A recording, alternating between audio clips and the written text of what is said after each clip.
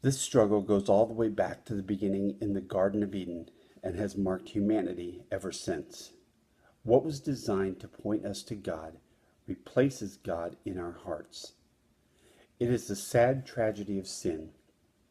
Sin is fundamentally idolatrous.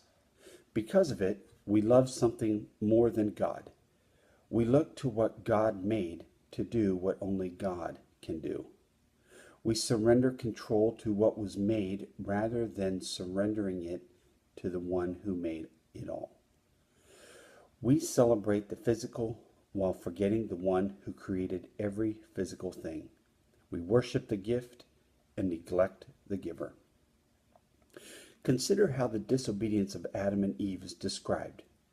So when the woman saw that the tree was good for food, and that it was a delight to the eyes, and that the tree was to be desired to make one wise, she took of its fruit and ate.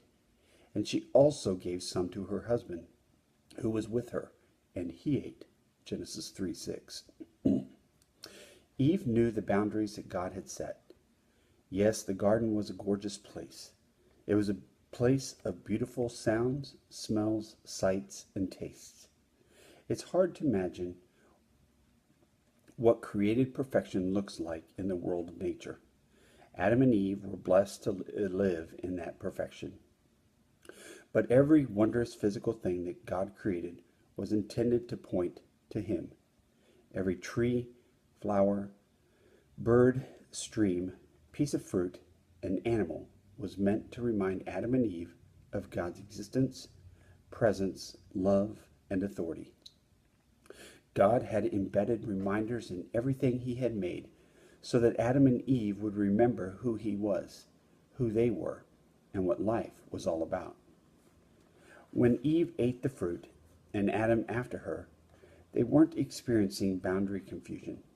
It wasn't that they were uncertain about what God had commanded them to do and not to do in the garden. They knew that the tree was off limits, but at the moment of eating, they had already given away the love and allegiance of their hearts. Love for God should have given them the motivation and ability to say no to temptation and run away from the tree. But what ruled their hearts in that moment was love for something else. Their hearts, created for love of the Creator, had been kidnapped by love for the creation. It was the beginning of sin's disastrous exchange. Worship and service of the Creator exchanged for worship and service of the created thing. Romans 1:25.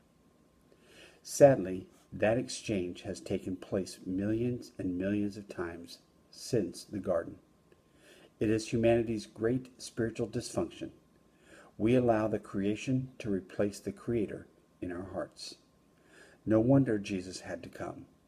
No wonder His grace is so essential. No wonder God knew that He could not leave us to ourselves, that He had to send a rescuing Redeemer. Today's scripture reading is 1 Corinthians 10:14 through 31. And the thought for the day: idolatry occurs when anything created to point you to God replaces God in the thoughts and desires of your heart.